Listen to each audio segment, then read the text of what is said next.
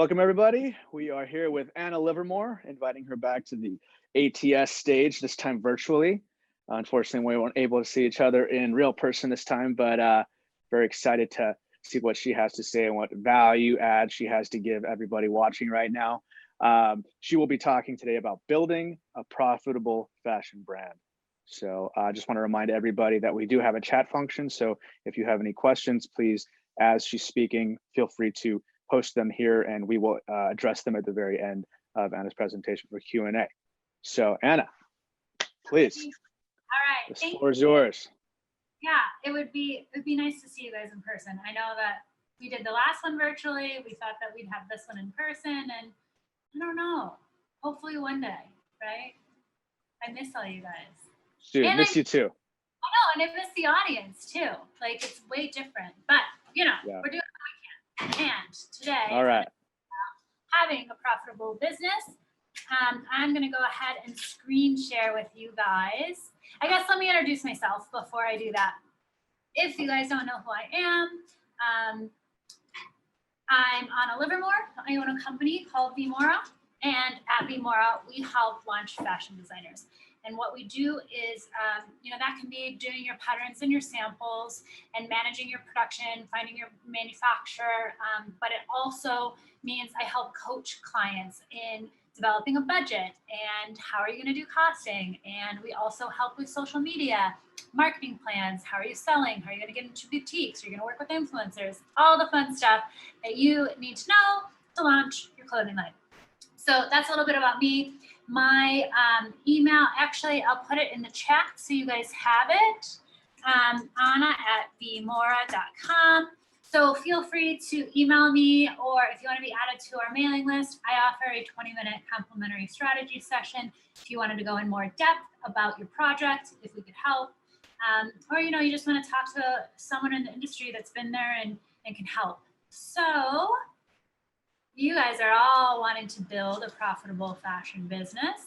I'm going to go ahead and share the screen here. So I'm just going to run you through the presentation. And if you have questions, go ahead and pop them into the chat.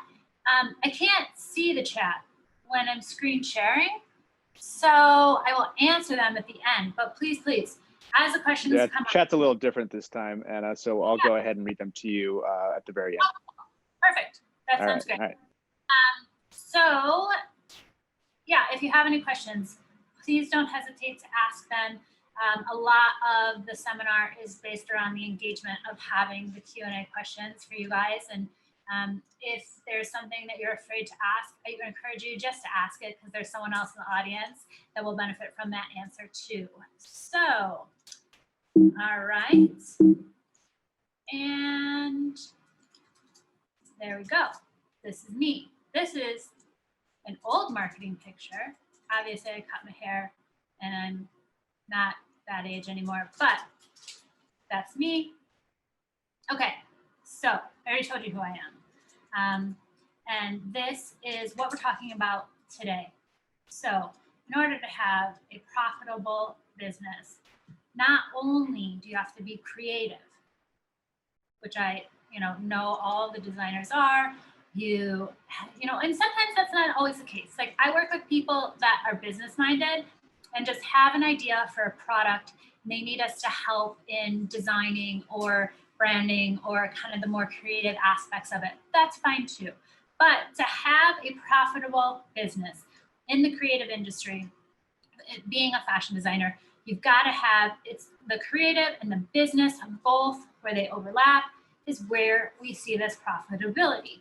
And I'm going to run you through what that looks like. So the creative mind, that's the part that's in charge of your mood boards, your lookbooks and line sheets, your photo shoots, your patterns and samples, your branding, your logos, hang tags, sourcing your fabrics and trims, and your sketches. So I'm going to run you through those. Now, for those of you that have stronger creative minds, this is going to be a given for you. Like, this stuff all comes easy.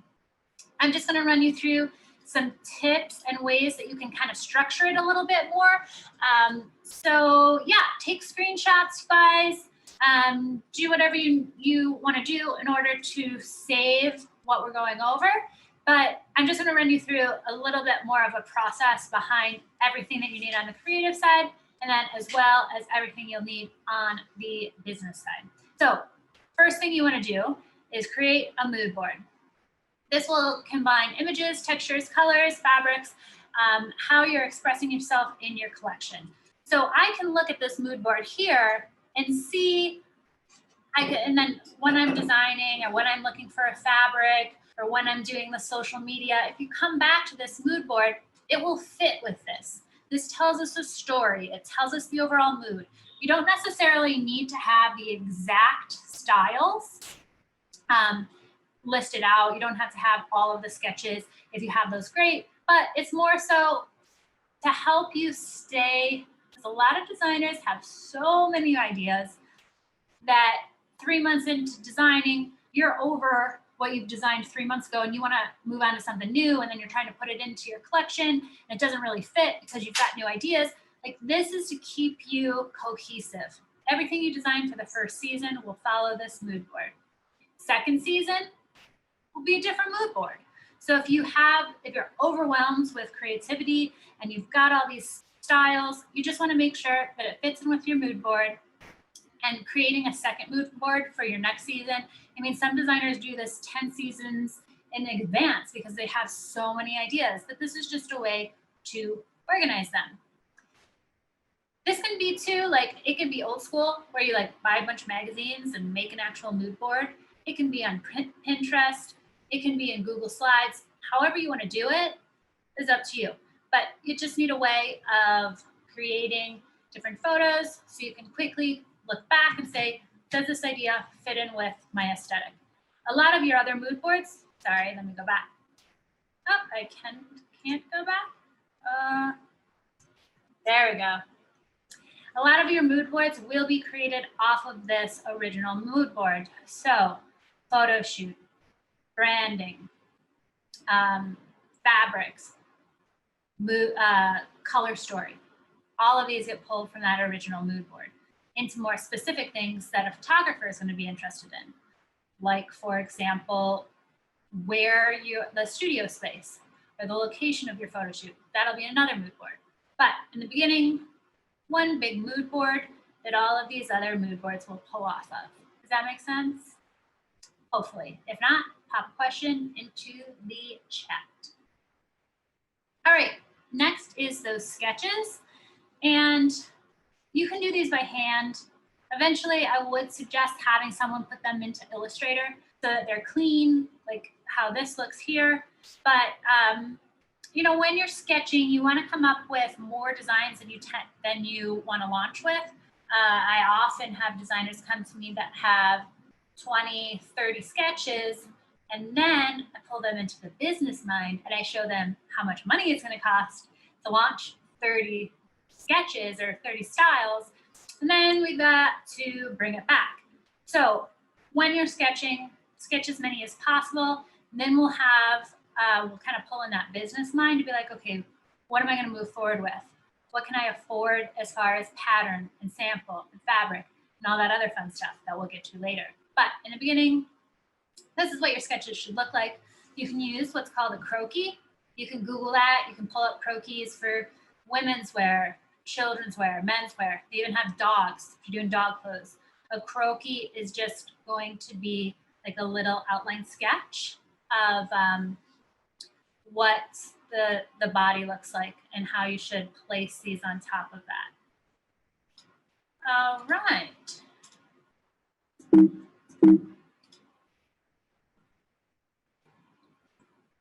Okay, sourcing your fabrics. Sorry, you guys, I'm adjusting slightly to how I changed the slides. Sourcing your fabrics.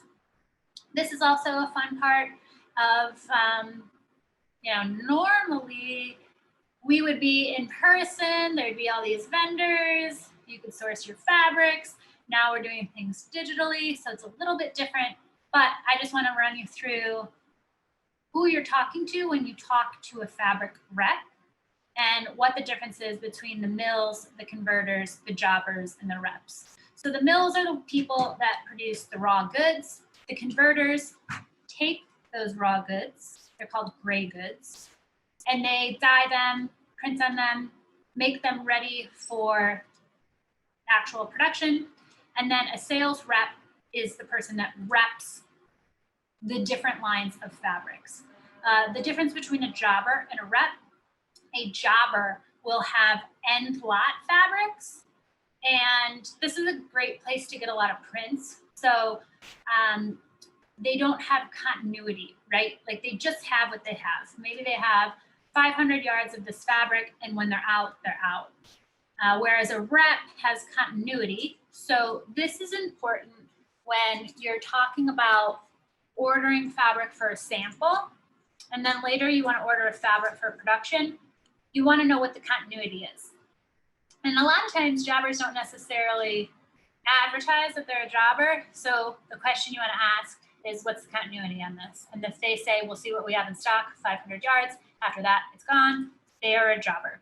So you'll want to take that into consideration when you're buying fabric to make that sample, that this might not be available for you when you go to make production in 3 months or 6 months. So that's why it's important.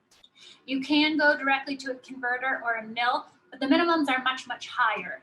So you'll be looking at least 2,000 yards, whereas a rep or a jobber, very often you can get 5 yards, 10 yards to make your samples, and then more for production later. So fabric and trim sourcing. Again, before you start this, you want to know what you're looking for. And I'm going to give you some homework, and that would be to go shopping. Go through your closet. Look at the care tags. What is this fabric made of? You know, that'll give you a good idea. Like, are you looking for a knit? Are you looking for a woven? Are you looking for an acrylic? Are you looking for a polyester? Like, what kinds of fabrics? Are you looking for a natural fiber? Are you looking for a man-made fiber? That will help in educating yourself around fabrics and trims. Logos and hang tags. Again, this is going to tap into your creativity. I would create a deck. And a deck is just visuals similar to that mood board that's going to show what is your color story. Is it going to be, obviously, my color story is this light purple that has a Pantone assigned to it. So anytime I go to make any of my marketing material, I have the same purple. So, you know, if you see this purple, you think of V.Mora. That's what you're trying to establish in choosing your colors and creating your logo. You'll see we give you some examples of logos here. What's your typeface going to be? And, you know, you can get as detailed as you want. Like for this Dolce & Gabbana, you could say this and is things you never want to see your logo in. You never want to see this logo in anything but black. Or maybe it's you never want to see this logo in anything but black and red, and give a Pantone number of that red. But you want to be very specific of like, what is your logo going to look like? Maybe you never want your logo printed diagonally. You never want the Dolce above the Gabbana. It always has to be in one line. So be as specific as you can of like, this is my logo and this is how it's represented at all times. These are the colors that are used. This is the font that is used, and that is it. So that way you're just creating a cohesive brand moving forward. So that's a little bit of the business mind combined with this creative, but it's important. So the same thing, after you have your hang tag, you want to talk about, after you have your logo, you want to talk about your hang tag. What's the quality of the paper? You want to make sure that your logo is readable, that it looks good in different scales of color. You want to keep it simple, something easy to pronounce. You know, if your name is hard to pronounce and hard to read, then how are people, I can't tell you how frustrated I get when I have a piece of clothing that I love and I don't necessarily know the label, and I look and I can't read it. I can never Google that company because I can't read it. Also, it goes to say with things that are hard to pronounce or that are hard to remember or very, very long, you know, it takes a while before the consumer will be like, right, that's that name, that's that logo. So the shorter, the better, the easier to remember, the better.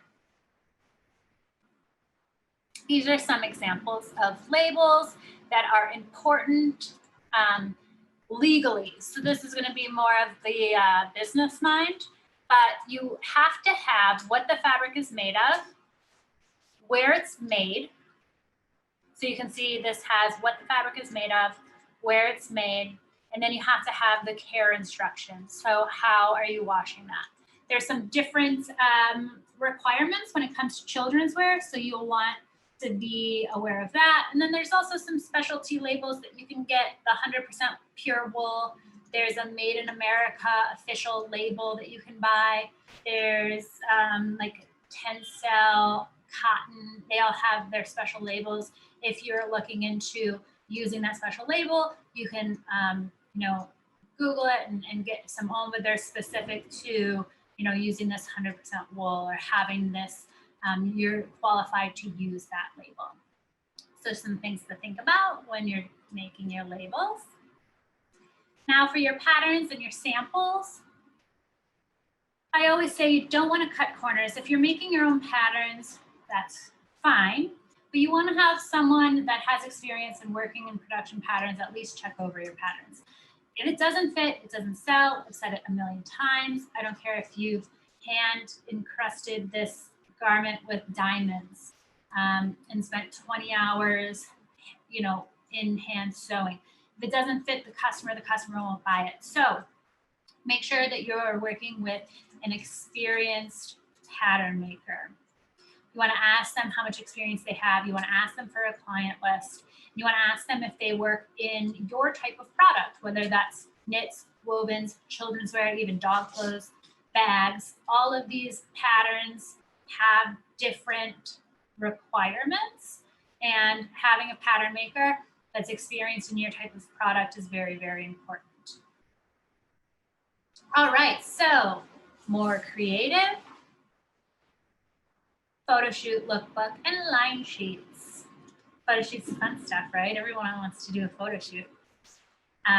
So the lookbooks, they can be editorial in nature. They are used to show the feel of the collection of your brand.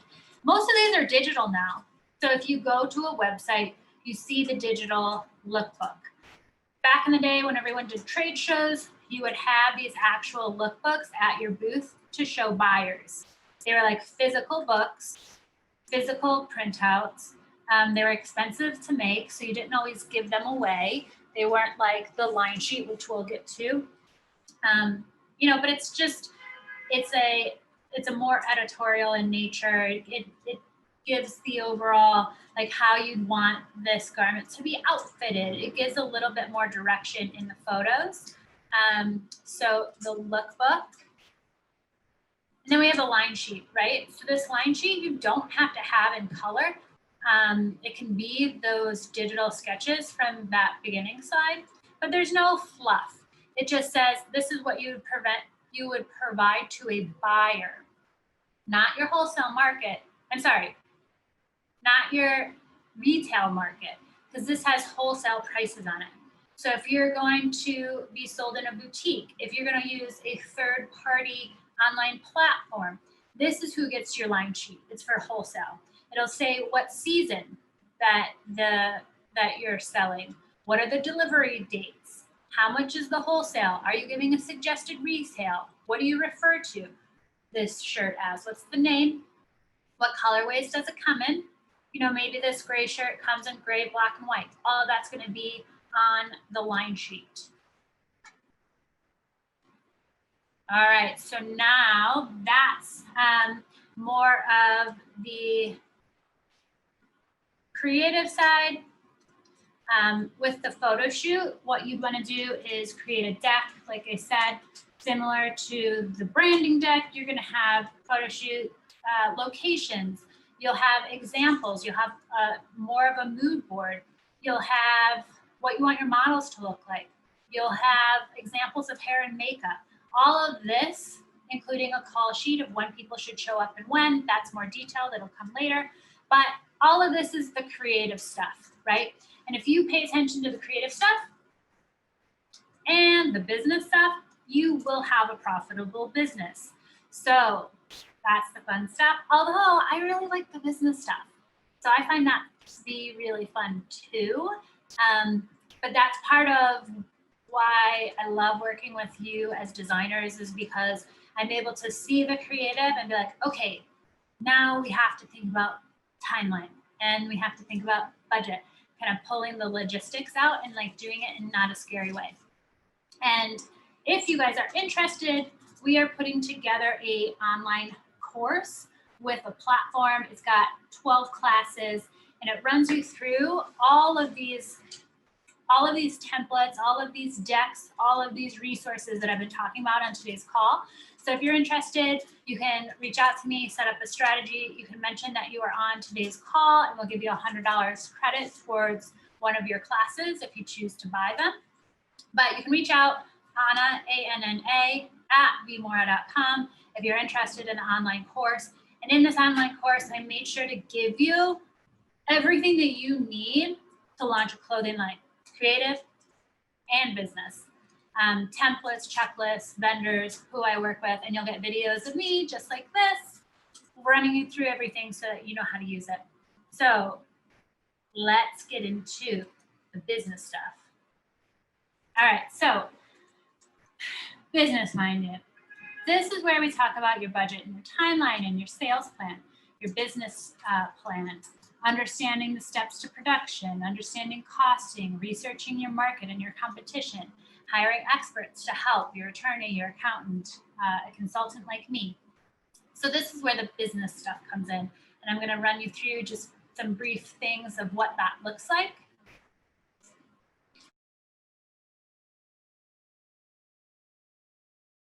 So budgeting. You want to keep the fashion calendar in mind when budgeting your collection. You will need enough to cover at least first season samples, first season production, and second season samples, because you won't be getting paid on your first season production until you deliver. So let me back up. You'll have to design your first season samples. You'll have to produce your first season production. And so that you can run in with those next styles for season number 2, you'll have to start developing those while your first season is in production. So when you're thinking about the budget, you want to see yourself all the way through all of those steps. It's just realistic, right? So like the first thing I do when I sit with a client is, what are you comfortable in spending?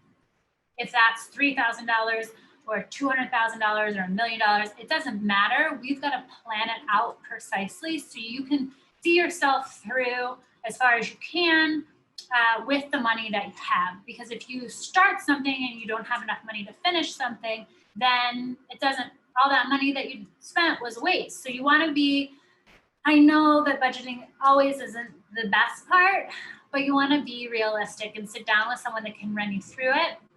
And like I said, I have a budget template that shows you what everything is, how much you should spend. I have an example and then a blank template. Like, you can do it. I make it super simple, but you'll want to be sure that you're being realistic and that you sit down and take the time. Because if you run out of money and all you've done is bought your fabric and you don't have enough money to do patterns and samples, then what are you going to do with all this fabric? So just being realistic with budget, and then your timeline too.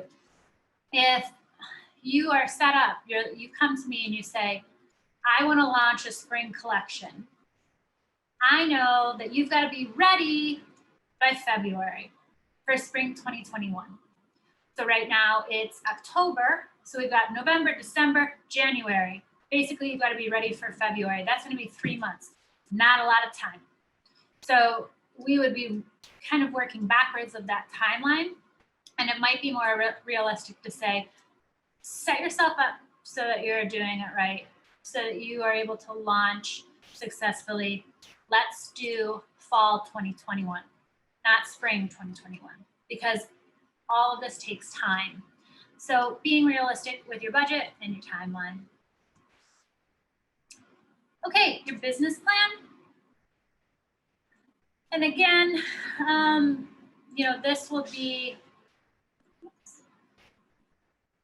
this is something a little bit more extensive, but I want to give you like the main categories when writing a business plan for you to, you can Google what a mission statement is.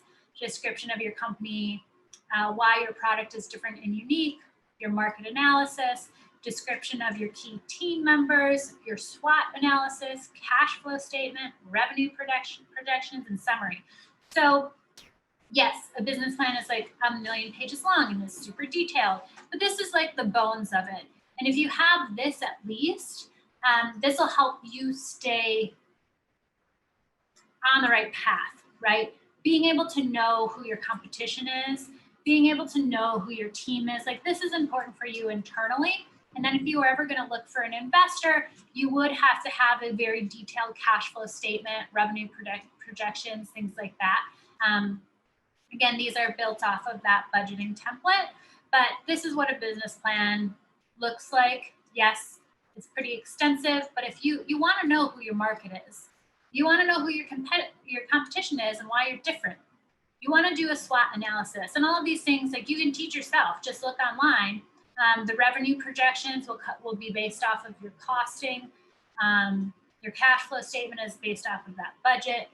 So it's doable. It's definitely doable. All right, steps to production. These are the steps that you will be running through as a new designer. You do your sketches, you make your style numbers. You have to determine your size chart. You start sourcing your fabrics. You want to start your labels and your logos here. You don't want to forget about it and have your stuff at the factory and you're like, oh my gosh, I forgot my labels. You want to have your samples made after you have sourced your fabrics. You want to create tech packs. So that's the blueprint of everything you need to know in regards to your production that you give your factory. It's got your spec measurements, all of this. The tech packs it's a little involved, but again, like in that course that I was talking about, I give you a full-blown template. I walk you through how to do it, and then I give you a blank tech pack for you to fill out. But it includes specs, it includes finishes, it includes fabrication. So it's just like the blueprint of what every production looks like for you. You want to then get quotes from factories. Again, we have our manufacturers, our favorite manufacturers in the class, but looking up manufacturers and getting quotes. After the patterns are fit and your samples are made, you'll have your patterns graded and make your size check run, which is one of every size.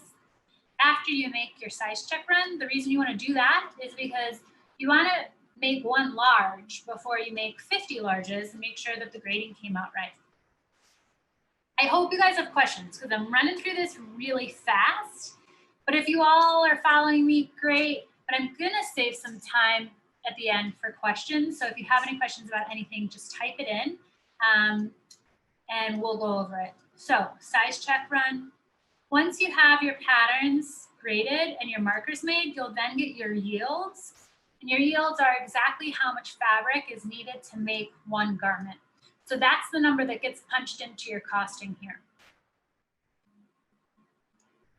After all of that is done and everything is great, you'll do your production run, and then you end with doing a quality check of that production run. You want to count your garments, make sure that the factory followed that tech pack, and see if there's any sewing issues, finishing issues, things like that before the production leaves the floor of your factory.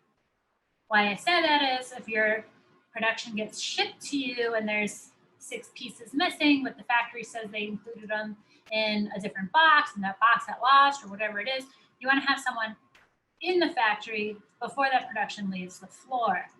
So that's why that's important. All right, so costing, more business stuff. Basically, your costing is your COGS, which is your cost of goods, fabric trim, labels.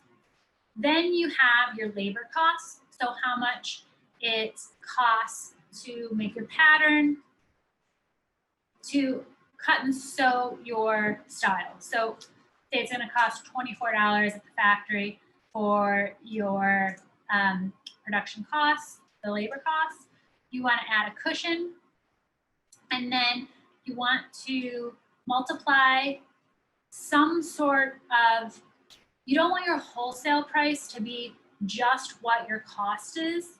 You want there to be, it depends on, this again isn't, I keep talking about that class, but we have the costing template with all the formulas in it, as well as a blank template. But basically your cost of goods to your wholesale price can't be the same, right? Whether you times it by, you add a 5% or you add 50% or you times it by 2, but there's got to be a difference between your cost of goods with your labor to your wholesale price. And then your wholesale price to your retail price has to be keystone, which is times 2, because what that means is if anyone ever wants to sell your product wholesale in their boutique, they're going to expect it at half of what you're selling it to your customer for. So if you're selling a shirt for $100 on your website, wholesale, a boutique comes to you, they're going to expect that at $50. So that's why you have to have that wholesale price be higher than what your cost is. Otherwise, you can never sell wholesale. And long term, wholesale is always a good idea because you're able to deal with less customers that sell more goods. Even though the price you get is less than the direct to customer price, you have less of them. So one boutique may sell 20 garments instead of one customer, and they deal with the returns. But if you have 20 direct to customer, you're dealing with the returns and the shipping and all of that. So yes, you make less money in wholesale, but the idea is that it's less work than dealing directly with the customers. So you want to have that built into your pricing. Research and market competition. So you'll want to define your target market. What's their age? What's their income? Where do they live? What are their hobbies? Like as specific as you possibly can get. And then you'll want to know your competition. And what are they doing? What are they selling? Why do their pieces sell? Why do people like them? Just be as specific as possible in your market, because this is going to help you when it comes to social media, choosing influencers, even like models, photographers. Like if your demographic is women over the age of 60, you don't want to pick a model that's 19 years old. You'll want to have a model that's over 60. So this will help you with the creative aspect of it if you can get clear on who your market and competition is here. All right, so your expert help, your attorney, any contracts, any confidentiality agreements, incorporating your company, all of that your attorney would take care of. You'll need someone to help with your bookkeeping, your taxes, any consultants or coaches. So you can get expert help for a lot of the business stuff. You'll obviously want to work that into your budget, but kind of just knowing your strengths, right? Like if your strengths aren't creative, then maybe you pull in an intern that can help you with the designs, or maybe you pull in someone to help you with the branding or the social media. And then if business is your strong point, maybe you do your own books or your own budget.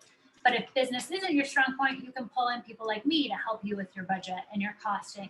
And then while you focus on the creative, but you'll want to probably delegate something eventually.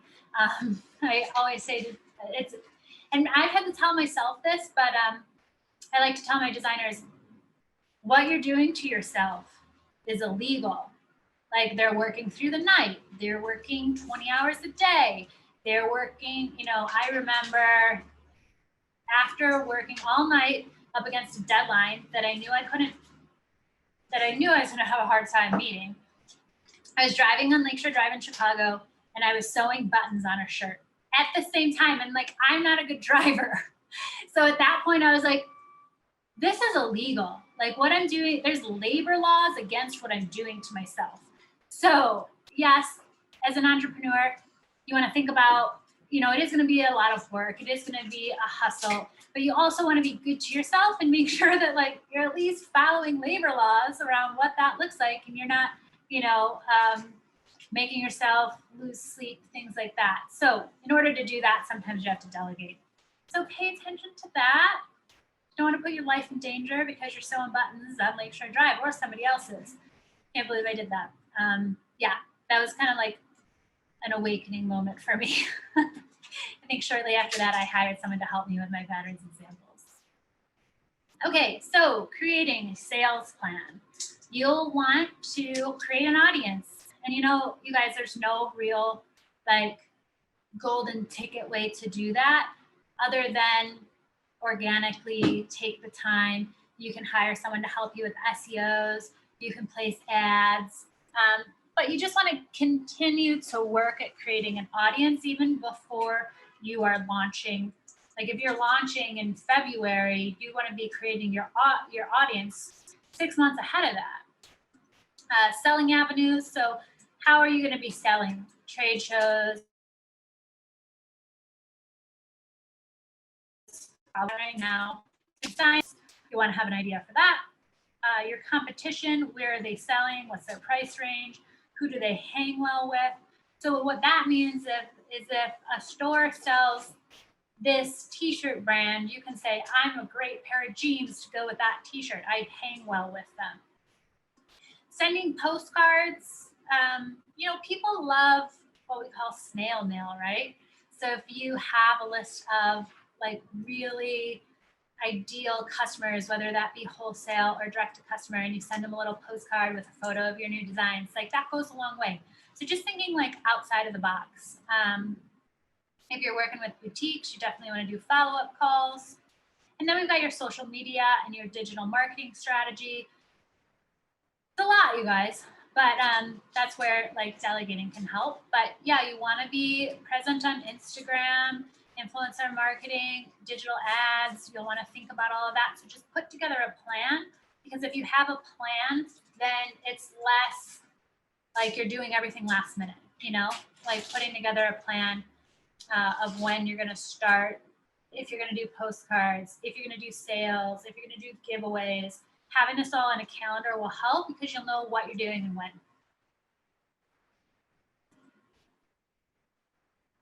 Okay, so that is everything from, let me just bring us back to,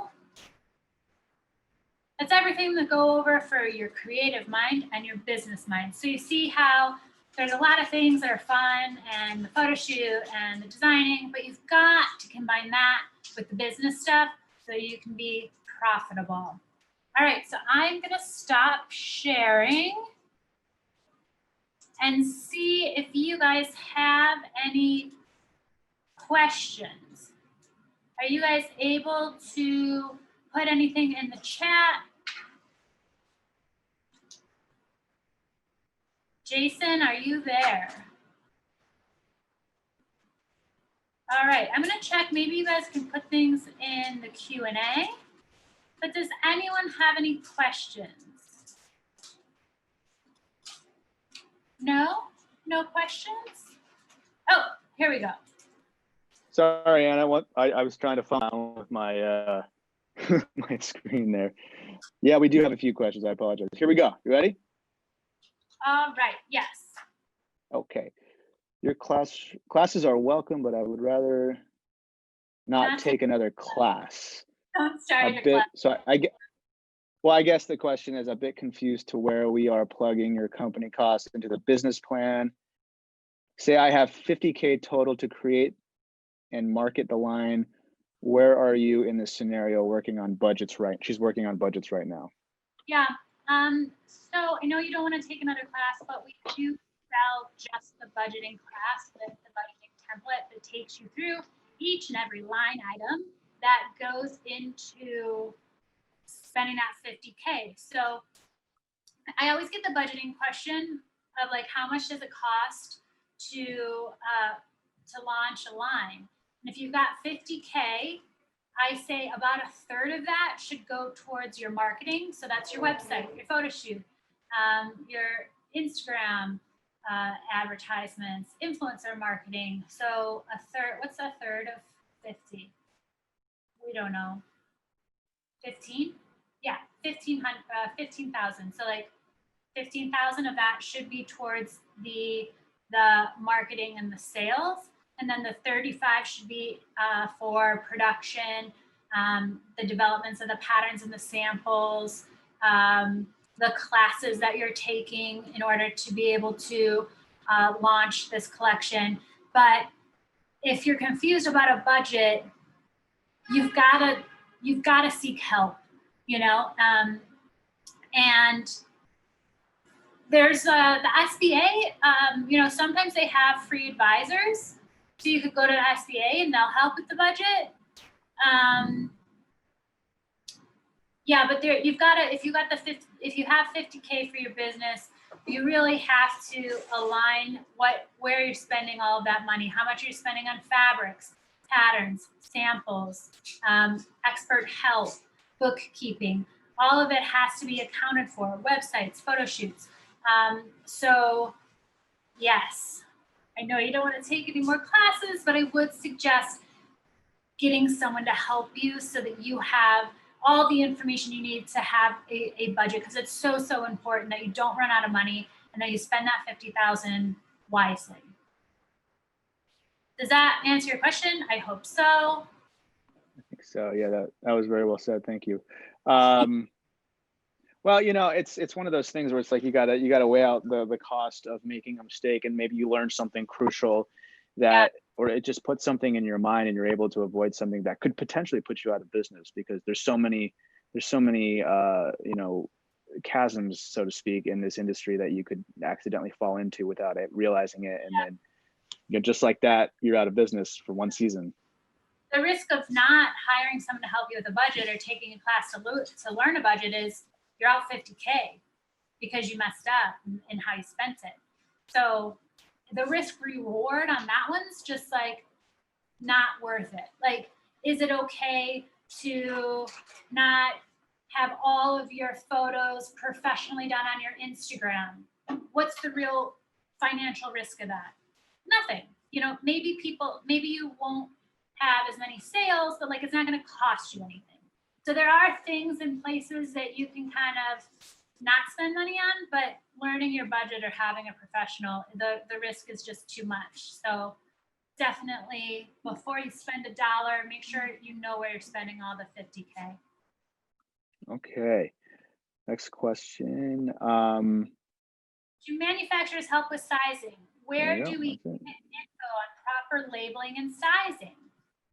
Manufacturers do not, nor do you want them to help on the sizing. That is so specific to your brand, right? So like if you're launching for college kids, your sizing is going to be different than if you're launching for business professionals, or if you're launching for petites. So the size chart goes along with your branding. So you want to provide your pattern maker with who your market is. So if that, and the way you can do that is just look on your competitors' websites. Like I can go to Banana Republic and see what their size chart is. And if my customer is the same as Banana Republic, I can use that exact size chart or something very similar.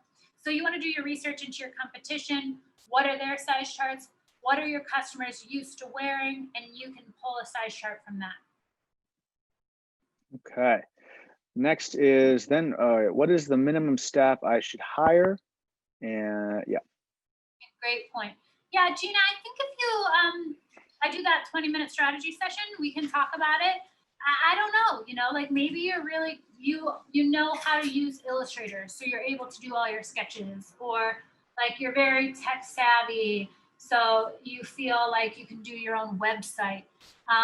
You just have to figure out what your downfalls are, or like what it's better. Like I always think about like, okay, if I have help to do my social media, that frees up my time to talk to Jason and like do these classes, because like I'm not posting on my social media. So like that's more productive for me as a business owner. So like, where is your time spent the best, and what can you afford to delegate? So there's no minimum or maximum staff you should hire. I have clients that, well, obviously they've hired me, so they've hired one person, but like I'm the only person that they've hired. But sometimes they'll hire me for a short period, and I know that, and I'm like, okay, we're working together for 3 months.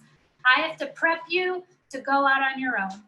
And then they go out on their own and say they just delegate patterns and samples, but they do everything else on their own. So it's different. That's a really long answer for it depends on you. That's the holy grail right there, finding the right people. And I think a good way to divvy it up is you don't want to hire two of you. That's kind of a waste of hard and soft skill sets. Sometimes it's good to chop it up. Like, what am I good at? Am I better at the creative, or am I better at the operational aspect? There's two separate sides of the brain, and generally, we all gravitate to one side. So it might be advantageous to find somebody else who can carry the weight of some of the other crucial parts that maybe you're not as strong in. So, but agreed to your point, and there's professionals like Anna that can certainly help supplement that, even if you're not ready to hire somebody on full time. So, okay, next one is the timeline for collections the same after COVID? Oh, good question. Yeah. What I have seen with COVID is it's a lot easier on designers, boutiques. Like, it used to be, right now, it'd be October, and like all of fall would be gone. Like, if I wanted to buy a Macaj winter coat, I had to buy it in August, or I could never get it until next season. Now it's like, if I wanted to buy a bathing suit in August of this year, I still could, because everyone's trying to still sell the inventory instead of pushing things new. Like, okay, stop thinking about fall, think about holidays. So it was like this bombardment of like new things, buy now, buy more. And like, that's really gone, which is great. I love that about it seems to have like relaxed a little bit and slowed down. Like, you can buy fall when it's fall. We could buy, like this year, because there was no shopping for a long time, they were selling spring when spring was happening. They were selling summer as the summer was happening. Normally, they start selling fall in August. They start pushing fall, back to school, all of that, and like summer's gone. So I feel like the seasons and the buying are coming closer to actuality. And obviously with boutiques, they're in a rough spot. So they're looking to buy immediates more so than buying it. Again, like, they would buy all of their spring for 2021 is already bought. They buy that in August, September, October. Now they're holding off on that. They're not necessarily buying 6 months in advance, but they're looking for immediates, because they might not have bought fall 2020 at all, because the buying window was during the lockdown. So things are a lot more flexible for the new designer, because you're able to sell spring, sell fall, like more closer to the seasons, instead of having to be so prepared so far in advance and like new all the time. What else is great too is, like, all of my designers have gone back. Like, sustainability has become a necessity instead of something nice we did to help the environment. Going back into like, what fabric do you have in house? What fabric haven't you used? Reusing old fabrics from 3 years ago sitting on your studio floor or still at your factory, because the raw goods have been a challenge, because, if they were made, there was nothing made during lockdown. So we have less availability. Anyways, that's a long answer for how I've seen COVID change the industry for opportunities for new designers, and some positive things. So like the sustainability and producing less, not making a 500-piece run, because you don't know how much is going to sell. So the buyers, the consumers, where it used to be like they'd buy something, they'd want it the next day, they're understanding that that's not really an option anymore. Like Amazon, for a time, like anything you bought on Amazon, you were waiting 3 weeks. So it kind of retrained the customer to wait. So a lot of my designers did pop-up sales where they didn't have an inventory. They're like, we're going to sell these 7 styles on our website for this 7 days. Whatever we get ordered, we will deliver to you within the next month. And that worked better than it's ever worked in the past, because the buyers, they're kind of more accepting of waiting because they've had to. We've been forced to. So there's been a lot of opportunities in the timeline and in the buying that are good. You know me. I'm always looking for the bright side, and those are some things that have been a change for the better in the industry, I think. Well said. And every market, depending on what the challenges are, there's always benefits as well. So, okay. Next one is, what are 3 key resources to properly measure and assess the profitability of your brand, specifically for small scale brands? Repeat the question. What are 3 key resources to properly measure and assess the profitability, I guess, methods of assessing your profitability, the profitability of your brand, specifically with small scale brands? Well, one is bookkeeping, like, I don't know if I quite understand what they're asking me for, but I would say you want to track all of your expenses and then look at the return of, like, so when we were talking, maybe they're asking for tools here. I think they might be asking for tools to do that. I'm not sure exactly. Okay, so QuickBooks, you can pull a P&L, profit and loss, off a report off of QuickBooks. How much money did I spend? What did I get back? And then, yeah, I think it would just be anything that's going to help you budget and track and, like, really look at your numbers. You'll also want to, yeah, you'll want to know with Gina having that 50K, you'll say, I've got 50K. I'm going to produce 300 garments, and I'm going to sell them for $300. Then the return on the 50K is that 300 units times the $300, which is $9 grand.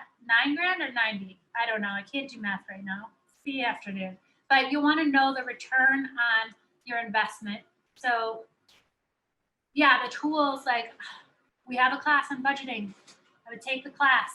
It shows you the return, shows you what you should spend, what's normally spent, how much a pattern costs, and then, yeah, just tracking. The organization, anything that's going to help you organize. I don't know what that is. No, that's a great point. And, I think there's a big dichotomy in fashion specifically, because I think oftentimes people forget it's a business just like any other, and the operational, the finance side, the budgeting, the business plan is just as important as the design, the product development, and sourcing. So, it might be beneficial to bring somebody onto your team or consult with a bookkeeper, an accountant that can help you manage that side. Because at the end of the day, if you're a designer, you need to be out there finding out the latest trends. You need to be talking about sourcing, how you're going to produce your products, not because that's another job in its own right. And it's very difficult to do both sides. So it's beneficial to bring people to help you on. There's a lot of tech out there. A quick Google search, QuickBooks is an excellent resource. Wave accounting, I think there's tons of them. Just do a quick Google search, see what comes up. So, but that's a great point, Anna. Next is, this is where I get hung up. I need a third party to actually do the market research or avatar graph. Can you speak to that? Any resources we can start with today? Yeah, we do that for clients. You just want to interview companies that do market research and that will help with SEOs. And, like, you can pay someone anywhere from, I don't know, like $1,000 to like $15,000 for this kind of work. So it's yeah, if it's out of the realm of what you're capable of, you'll definitely want to pull in a partner to help. So just interview people and say, this is what I'm looking for, this is what I'm looking to gain, and how much will that cost? And there's going to be tons of companies. We do that, like I said, asking other designers too. Maybe if you're on a forum, or do you have any kind of like networking with the designers that they can talk to each other in these trade shows, that in the virtual world? Yeah, we have well, specifically for this one, we have the Hangout, which is at the bottom right-hand screen and the dashboard once you log onto the virtual show. So that's a place where you can, yeah, people are coming in and out of there. It basically takes this place of the stage floor for the virtual platform we're using. So yeah, that's a good place to mingle around and Yeah, because you can't yeah. be the only designer that's been looking for that and has found a solution. So asking around and just interviewing people. Facebook groups are yeah, great for that. For different forums, like, you know, if you can find one that, and there's so many now that have their own niche. So if you can find one that's relatively close to what you do, people love to talk about what they know, you know. So it's definitely a good place to resource, or a good resource. Okay, next. When wholesaling, I heard they're expecting us to take unsold goods back. Many departments are not paying us smaller designers. Any thoughts? yeah. So they are in the contract that you sign with them, which would be attached to the PO that they write. You write your terms in there, which state you will only take back damaged goods. So if you send something that's damaged, that's the only time that they're rightfully able to return anything. Now, does that prevent them from returning anything? No. Do you want to work with these boutiques so they can survive? Yes. You know, that could look like, you know, let's give you a credit. You want to return $2,000 worth of merchandise. How about you spend those $2,000 on fall and I'll take back the spring? Like right now, with the way things look, that being compromising with making things work that we normally wouldn't be okay with, you know, like landlords in New York are really having to talk to store owners and like be like, hey, I'm closed for the next 3 months. I can't pay rent. I'm not making any income. So like it's really about negotiating things and trying to meet halfway. A lot of them closed too. So like a lot of the designers, they would go to deliver a package and the boutique wasn't open. So it's a tough spot for everybody. And just staying, communicating, building these relationships, because if you can help this store survive long term and create, then you'll have like a lifelong relationship with this boutique because they'll remember that. So it's a tough situation. There's no right or wrong answer for this. Everybody was, a lot of people, everyone I say, was put into a tough spot, and you know, figuring out a way to work and move through is the only advice I can give. Get them to like you. I think people forget that part. At the end of the day, if they don't like you, you're probably not going to get, you know, you're probably not going to get the special treatment. It's a lot of it's relationship based, especially when you're dealing with vendors and third party. You know, you got to take the time to foster and you know, curate that relationship. So it's not just all about purchase orders and all the numbers. Yeah. Because let's say you're not going to give them the $2,000 back. You're like, sorry, not my problem. They'll never order from you again. And maybe over the next 10, 15 years, that would be hundreds of thousands of dollars worth of sale. So like you want to think about the long-term goals too. And yeah. Be nice. Just be polite no matter what, even if it gets frustrating, even if they're nasty to you. Yeah. You'll never go wrong if you apply that. Okay. What would you say is a good estimated budget for producing a 10-piece line? I know that's a relatively difficult question to answer because it's dependent, but if you could give a ballpark figure for a 10-piece line. People always ask me, I'm like, I don't know, man. Like, are you making leather goods? Or are you making a t-shirt? So what I say, just because I know people are looking for a number, is like you want to estimate $5,000 per style. So if you're making 10, that's 50. That's for production only. And then you need to add the 1/3 for the marketing stuff. So add another third on top of that. What would be, that'd be 80K about or something? Well, you're asking me, no, I didn't do very well in math, so yeah. Oh yeah. So if somebody's asking me to do a blind what budget, calculators are for. Information, that's what I'm going to come back with. If you're going to be a 10-piece collection is a pretty big collection, right?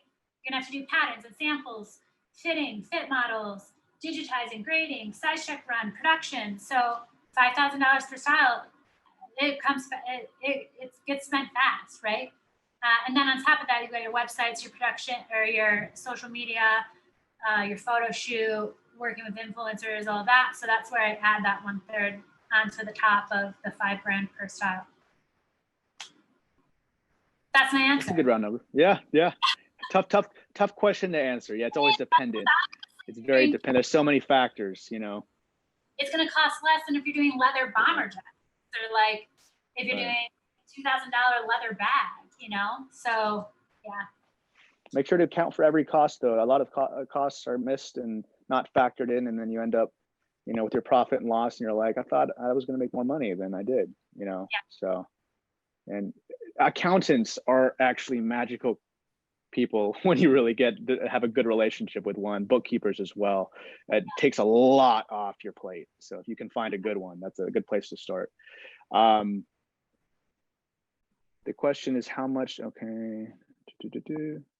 Oh, she's asking how much to budget. Take her budgeting class. Take Anna's budgeting class. Do it. Budgeting is such a difficult thing. I get, you know, it's understandable. So, you know, take it from those who have done it. Yeah, I make it easy. Yeah. Okay. If you guys didn't catch it, because I don't know if they can see the chat, is Anna, ANNA, at V.Mora.com. Yeah, it's at the very top if y'all want to scroll up. Okay, so she said, most of us have less. So another question was 50K. Most of us have less than 5K. Is there a chance for us? Yes. You will just, I am telling you, I have clients that have 5K or less, and it's slower. It's a slower process, but you can do it. I started V.Mora, I had $0. I was a bartender and a waitress at night. I had no money. I didn't know how I was going to pay my rent, and I made it. Like, you just have to be super mindful with how you spend your money and how you're going to get the return. There's a million ways that you can spend that 5K and get a return. One of those ways is doing the pop-up shop, which would be taking the money for the sale before you deliver, so you don't have to pay for your production out of pocket. So patterns and samples, you're going to have to do a limited amount of patterns and samples,